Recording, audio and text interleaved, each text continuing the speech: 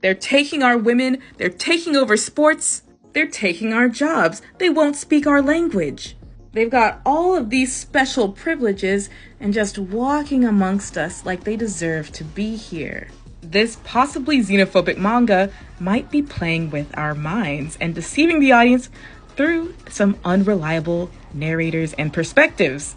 I reread the first chapter of Drama Queen, where we have aliens that have invaded the Earth, but no one seems to care because they saved the Earth from a giant crushing meteor, but our two main characters think there's something suspicious going on with these foreign invaders. The zipping spaceships that now pollute the night sky should look familiar to anyone who's taken a middle school biology class. They look like sperm cells. So what does that connect to? Well, Japan's declining birth rate. Foreigners are needed now in Japan to help the economy in the wake of this declining birth rate and this rapidly aging population. At least that's the belief. You can even watch this on Japanese news. I recently just saw an NHK piece about how many foreigners they think they'll need by 2070. The aliens keep hitting our main character in the face, or so we think. First, it was suspicious to me that this is supposed to be the moment where the alien hit her in the face because there's no impact frame. There's nothing here, no sound effect to show touching, and she looks to be pretty far away from his elbow. And the alien denies hitting her. But there's more. The next time we see her getting a nosebleed, it's when she's very hot. And while we're familiar with the whole gag of a pervert getting a nosebleed, that comes from a real-world phenomena where if your body heats up enough, you can get nosebleeds, and that has actually happened to me before. We're seeing this through the perspective of a 17-year-old who apparently ran away from home. She has parents that she could turn back to, but she doesn't want to.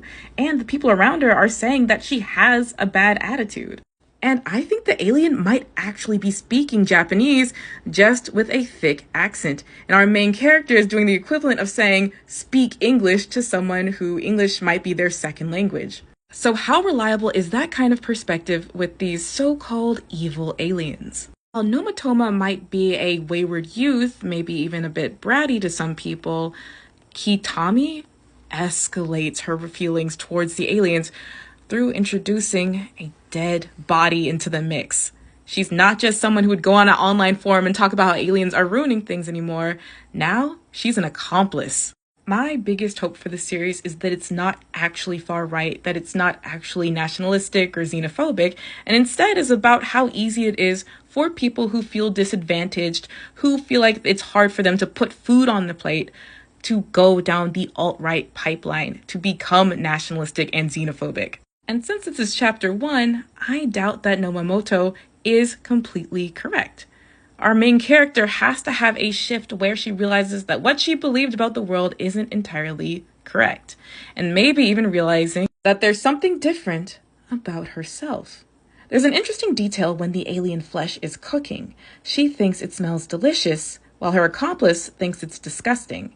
And she's able to chow down on these bodies without a problem, which leads me to think that she herself might be some kind of alien, which would challenge her own beliefs and play into that standard shonen trope of hating the thing that you turn out to be part of.